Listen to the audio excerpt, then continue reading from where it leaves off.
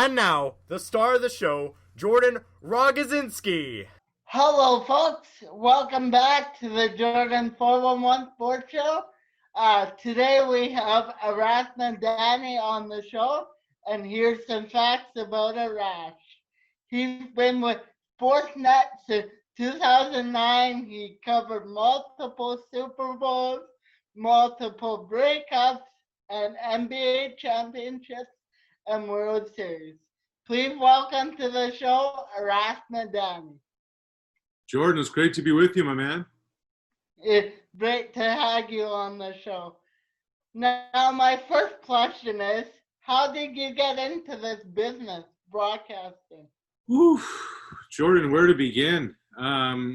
It's something I've wanted to do for a while, Jordan, and I've done a little bit of everything in my career, from my hometown newspaper, the Truro Daily News, to the small English language newspaper where I went to university. The Sherbrooke Record is the name of that newspaper. I've done sports radio in Montreal and Ottawa and Calgary a little bit. Community TV with Rogers Community Television in Ottawa. Worked a couple of things when I lived in Winnipeg. With Shaw there, I did a couple of projects with them. And ultimately bounced around from, like I mentioned, community TV to A Channel in Ottawa, to the Score, and now with Sportsnet, with a couple of stints with two CFL teams in between. So I've done a little of everything, Jordan, and it's what I've always wanted to do, and kind of here we are. I'm definitely as lucky as it gets, put it that way. Where did you get your passion for broadcasting and public relations from? Well, Jordan, I think I was about 12 years old, maybe even a little earlier. I realized I wasn't going to be the next Magic Johnson or Pete Sampras. And I thought to myself, what can I do to be in sports and stay involved in sports and do this?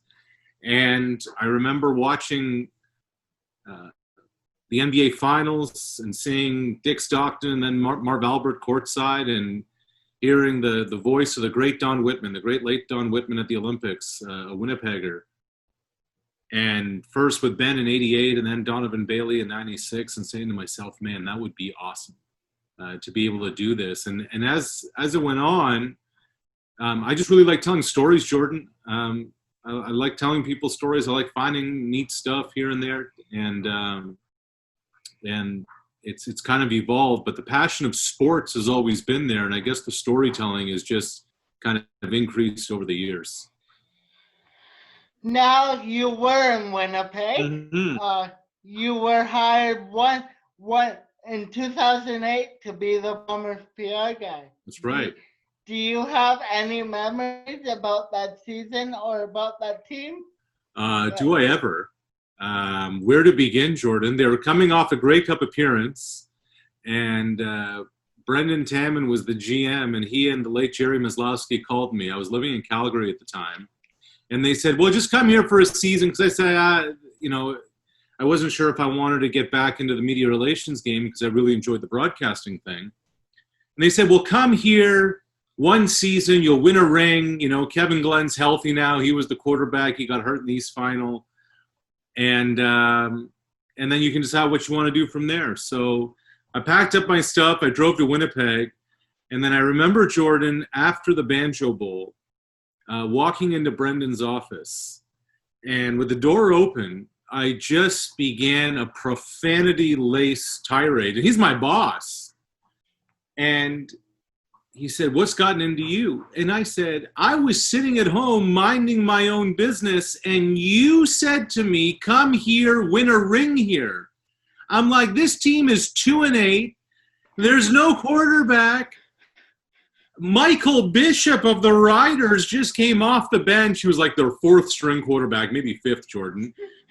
The Riders are down 17 in the fourth quarter, come back and win, and the Bombers are 2-8. I'm like, what did I do to you, Brendan? I was minding my own business.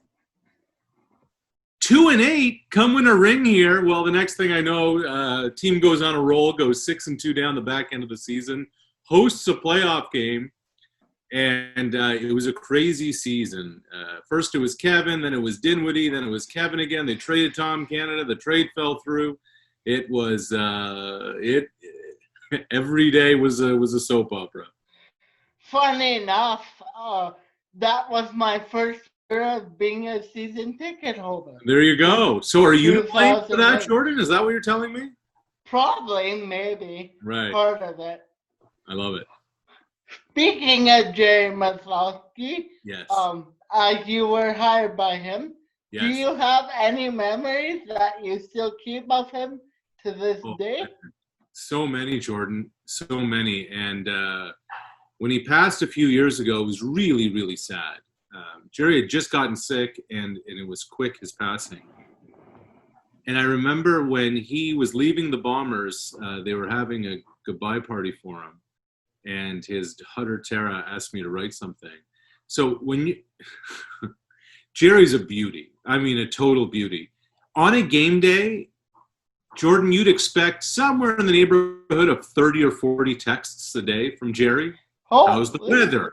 How's Charlie Roberts doing? What's the mood? What's the vibe? What's the wind? How's everybody looking? What's going on in stretch? Jerry was so passionate about the Bombers. And the night they won last November, the three people I thought most about were Brad Foddy, the equipment manager, and Al Couture, the head trainer. Those two have been there forever. And I thought about Jerry. I thought about just how much he would have loved it. He would have enjoyed it. He wanted that ring so bad. Jerry was Mr. Winnipeg. He was Mr. Blue Bombers. And when Brad lifted that trophy, I was thinking to myself, man, Jerry would love to see that. And I think about him a lot. He made a profound impact on my life. And he was a friend, not only a boss, Jordan, even over the years, we'd stay in touch. He was not just a former boss, he was a friend and a confidant, and we miss him. Due to the stud coaches in our many Winnipeg Blue Bomber history, what do you remember about the late Richard Harris? Well, Jordan, I'll tell you what. Excuse me for just one sec. Yeah. I'll tell you how important Richard is.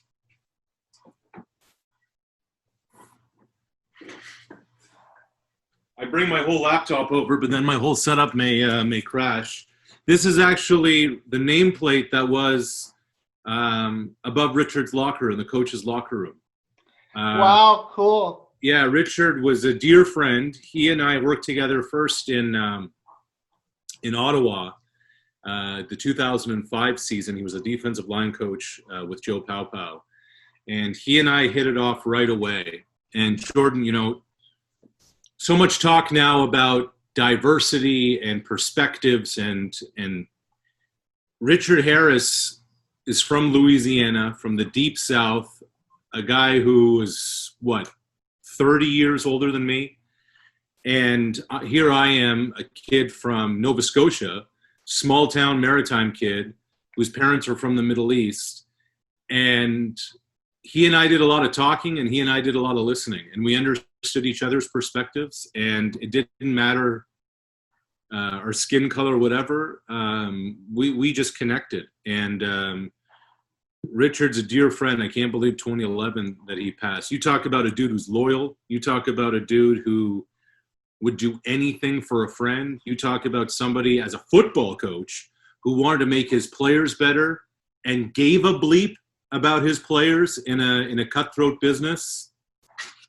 That's a guy right here, Jordan, Richard Harris. And I put this up because Richard was a real influence in my life, and he helped me see things in a way that I never knew before, football, life, and otherwise. And just an absolute giant of a man, and not just because of his stature. So would you say he was kind of a mentor to you? Definitely one of them. But more than that, Jordan, Richard helped me understand what life was like as a black man in a part of the world that I have no idea about. I have no idea what it'd be like to be a black man in the South in the 70s. And his stories, his reflections, and what I appreciate most about Richard was his understanding of it. And he wasn't angry. He wasn't bitter. He just wanted to make things better. And I thought he did.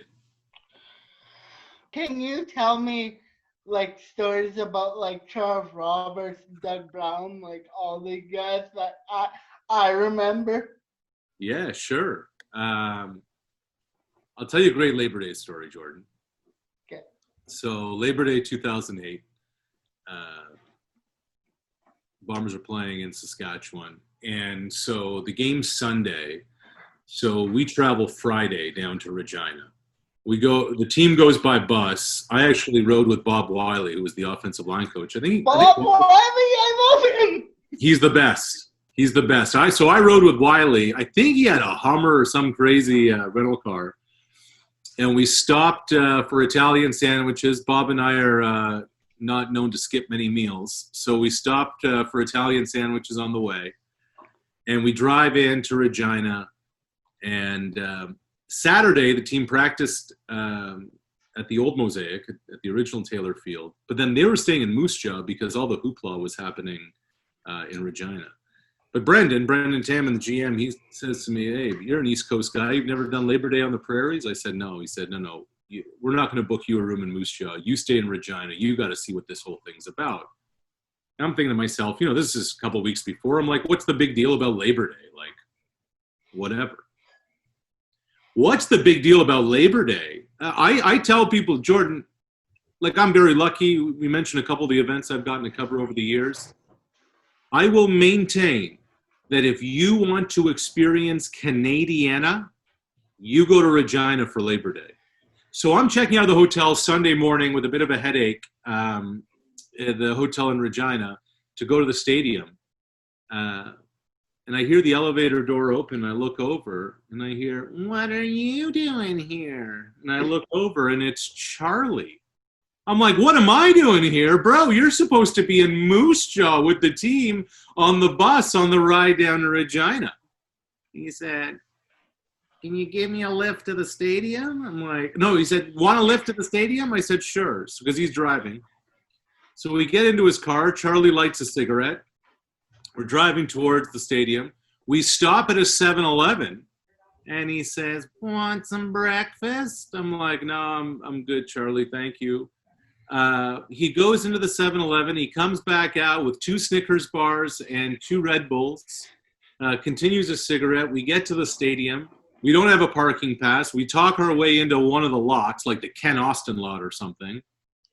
And then we're walking into the stadium, Charlie with his plastic bag from 7-Eleven, myself with my laptop bag into Mosaic, and he's lighting another cigarette, and that ended up being Charlie's last game as a Bomber. The Bombers lost. They traded him to BC a couple of days later for Joe Smith, and that was it. I mean, Charlie was a dude who, it was his world, and he was living in it. And that was it's unfortunate from a football standpoint. I didn't see the best of Charles Roberts. He was in the decline then, the tail end of his career. But there were a couple of games, Jordan, man, when the lights came on, that dude balled out. And I'll tell you this about Charlie. When they won one of those games, he rushed for a lot. I don't know, 160 yards, 180 yards. I came in the locker room after the game, and he's sitting there with his old lineman, the dudes who did it for him. And I remember that about Charlie, too, that he was actually, when push came to shove and afterwards, he was very good about sharing the love with his guys. Tell me one more story. I'll tell you a good one. The day they traded Tom Canada. So they wanted to trade Tom Canada late in the season. They weren't getting a lot of production. Turns out Tom had a ruptured spleen. But Tom refused to go. Tom said, "No, I'm staying in Winnipeg." And then he went and got an appointment. That's what revealed it. But I remember walking in the locker room, and Tom's there in a fur coat, and he's just emptying his locker, and he's like, I'm not a trading card here. I'm not a player card." And he didn't want to go. So the trade was for Zeke Moreno. And Zeke shows up. He's in the facility. He's sitting with Greg Marshall, who's the defensive coordinator, learning the defense. When the doctors call and say, "By the way, Tom's got a ruptured spleen. I think he's going to need surgery," trade's off. And so then for the next 2 days, the Blue Bombers and the CFL office wanted to strip, I think they ended up doing it, is strip a first-round pick as the compensation for an American linebacker. So that was that one. I'm trying to think of a couple other stories. It's been a while, Jordan. Trying to think of another couple of stories from the Winnipeg days. And a couple of the characters from that time. I'll tell you what, Dan Goodspeed was a heck of a pro. I learned a lot about pro football from Dan Goodspeed. Dan was one of the first guys in the facility, one of the last guys to leave. He'd pack a lunch. He'd sit there and watch film. And I'll also tell you this. I knew in 2008, when he was a backup quarterback, that Ryan Dinwiddie was going to be a head coach in this league. Because Ryan was the dude who on day 3, third day of practice, or even on walkthrough day, but mainly on day 3, the last practice day of the week, he would buy pizza and beer for the offensive linemen, and they would sit in Wiley's office and the little room next to Wiley's office, and they would watch film. And Ryan, look, if you want to get O-linemen to spend extra time, feed them. Ryan understood that. He wanted to get everybody on the same page. And Ryan saw the game a little differently than everybody else. So that was one. And I'll tell you another one. The Bombers came close, Jordan, in 2008 to trading for Corey Banks, who at the time was probably the best strong side linebacker in the league, but that fell through. But Milt was actually, the two of them trained in Atlanta. Milt was the one who was trying to broker that and make that happen, but it ultimately fell through. So a couple of nuggets from Bomber days of 12 years ago. Oh, man, we're old. What was the transition like from being the Winnipeg Blue Bombers PR guy to moving on TV to Sportsnet? Well, I had done some TV before, Jordan. I'd worked with Rogers. I'd worked with A-Channel. I'd worked with The Score. Before The Score was just an app, we were actually a national sports network. I miss The Score. I do too. We had a lot of great people over there. I mean, I flip on the TV now. I see Tim and Sid rocking and rolling. Well, they were Score guys. Sarah Orleski in Winnipeg. Yeah. She and I were colleagues. Adnan Verk, south of the border. Cabby. All over the place. Score alumni are there. And so I had done the broadcast thing. And then somebody that I worked with at The Score was in a management position at Sportsnet, and they brought me in for an interview and an opportunity, and it's worked out. So it was a transition for sure. But I think the biggest thing for me, Jordan, I never lived in Toronto before, and now I've lived in Toronto for 11 and a half years. And I never thought I'd want to live in Toronto. I never thought I'd enjoy Toronto, but here we are for more than a decade, and it's been a blast. The weirdest part for me, Jordan, right now, is that I usually spend half the year on the road. Last year, I did over 100 flights. I haven't been on a plane since March. So I'm really getting to know Toronto and going for walks and everything else, especially during lockdown. I'm seeing more of the city than I ever have before. That's cool. What was your first assignment at Sportsnet? Jordan, you won't believe this, but here I am coming from a CFL PR background, and my first assignment was Bart Andrus being introduced as the new head coach of the Toronto Argonauts. And so I put up the press conference, and the media are like, what's the Bombers PR guy doing here? I'm like, nah, I'm not doing that anymore. And my first road trip, Sean Avery was making his return to the AHL after his suspension. And they're actually playing, they're in Hartford, and they were playing the Manitoba Moose. So I saw your boy Brian Munns down there, and that was my first work assignment on the road for Sportsnet. Can you just describe to me what it feels like to cover prestigious events like the Grey Cup, Super Bowl, World Series? Well, Jordan, I think the best way I can explain it for me is that I remember the summer of 2012 and the day of the opening ceremony of the Olympics and walking towards Olympic Stadium in London. And I was just thinking, man, if you could bottle this feeling, the whole world is going to be watching what goes on in that stadium right when I'm about to walk in. And when you're a small town kid from rural Nova Scotia and you just realize you're about to walk into the opening ceremony of the Summer Olympics, and this is something you want to do your whole career, it's pretty amazing. Then you're like, okay, snap out of it. You have a job to do. It was kind of the same thing last year when the Raptors won it all. Jordan, at no point in that series did I think the Raptors were going to win the championship, to be quite honest with you. Yeah, they won game 1, but then Golden State won game 2. And even going into game 5, KD was coming back. I'm like, okay, this isn't going to happen. And then even without KD, they win game 5. And in game 6, it looked like they were about to blow it with a bad turnover late in the game, and then they won. And so I almost had to, I took a couple of deep breaths, and I just said to myself, hey, man, you got to stay in the moment here. You have a job to do. Don't get caught up in the hoopla because there's a million things going on.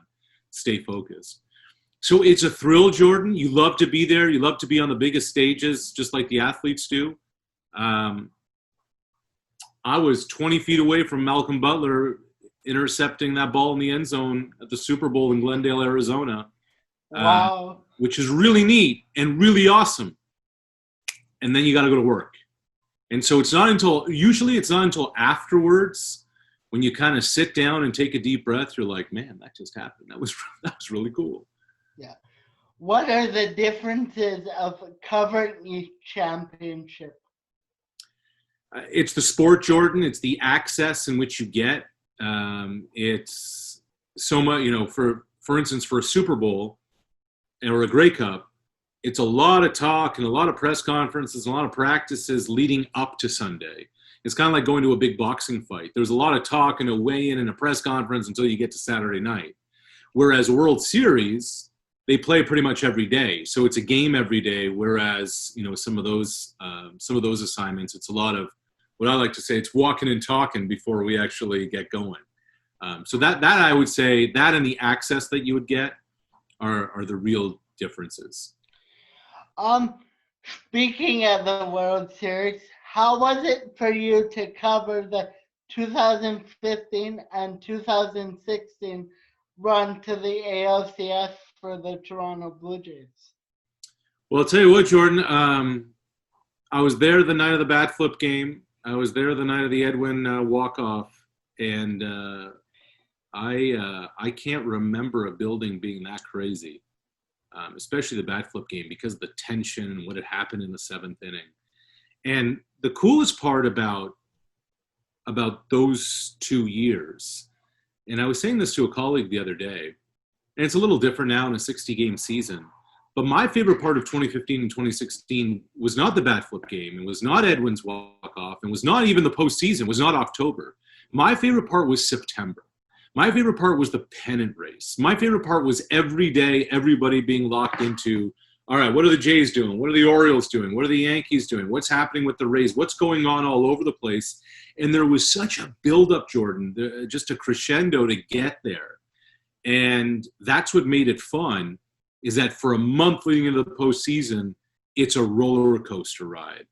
And I thought that was the coolest part of both of those postseason runs. What were your thoughts of the Winnipeg Blue Bombers winning the Grey Cup in 2019 in late November? Man, Jordan, remember I said I didn't think the Raptors were going to win it? I didn't think the Bombers were going to – I was fully prepared for a head coaching search. And it has nothing to do with Mike O'Shea. I just didn't think they were going to win. I didn't think they were going to win the first playoff game. I didn't think they were going to win the second playoff game. And if they weren't going to win the first one, I thought that was going to be it for O'Shea. And I was really wondering what was going to happen. Were they going to start all over again? What would they have done at quarterback? All those questions start coming into your mind because you lose that first game. So they won, and then they won again, and then they won again. And I thought Hamilton was going to beat them.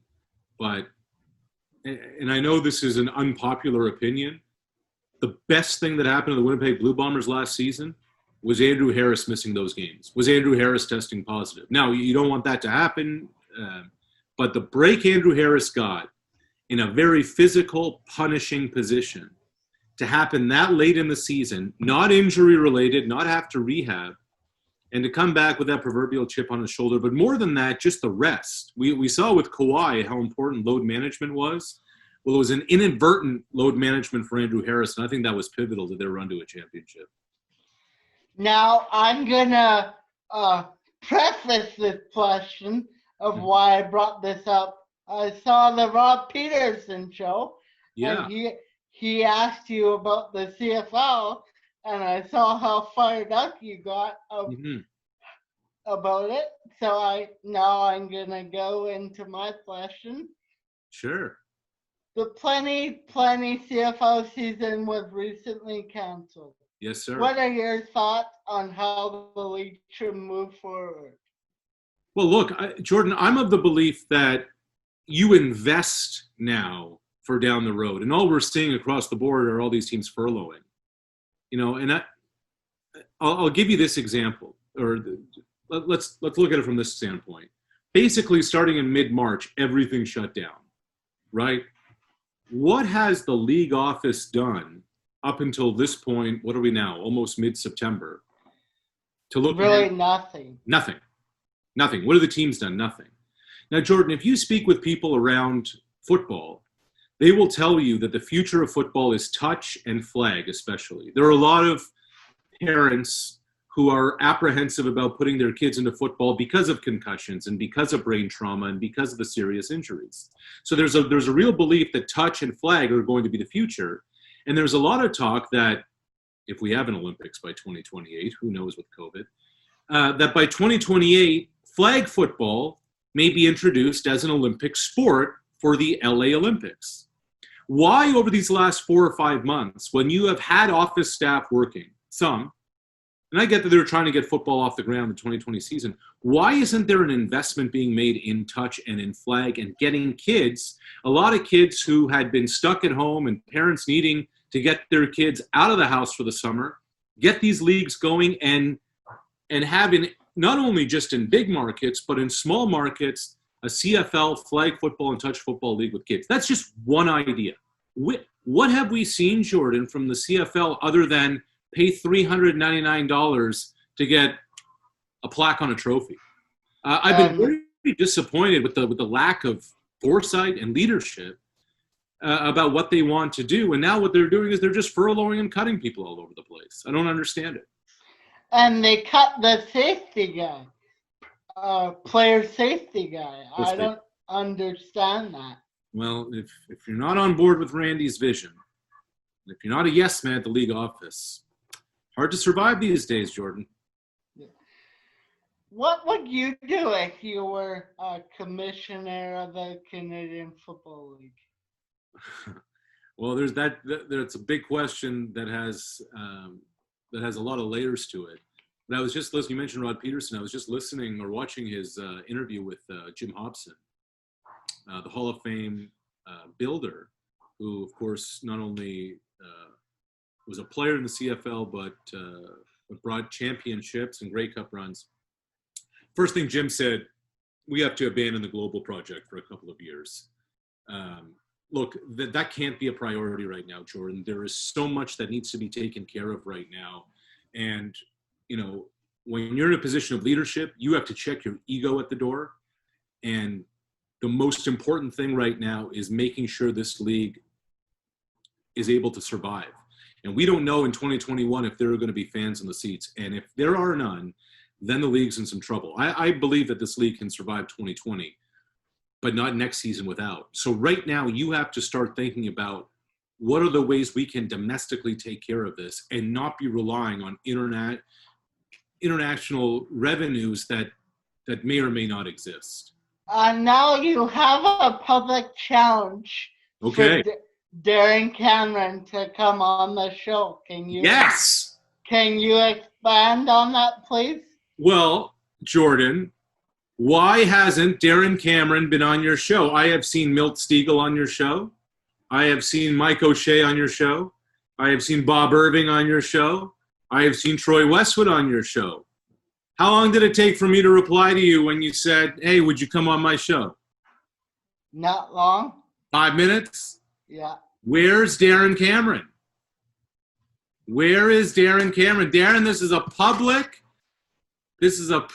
public call out, Darren, that it's time to come on Jordan's show. It's the new revamped 411. Let's get it happening, Jordan. I mean, I was talking to Darren today on text. I said, hey man, I'm going to be calling you out. So it's time. Look, you know who knows all the secrets about your Blue Bombers? Darren Cameron does, Jordan. So it's your job to get all the secrets out of them. Okay. good stories. I really enjoyed those. Well, thank you, Arash, for being on the show. I really enjoyed it. Thanks for having me, Jordan. Thanks for thinking of me, and let's get Darren Cameron on this show.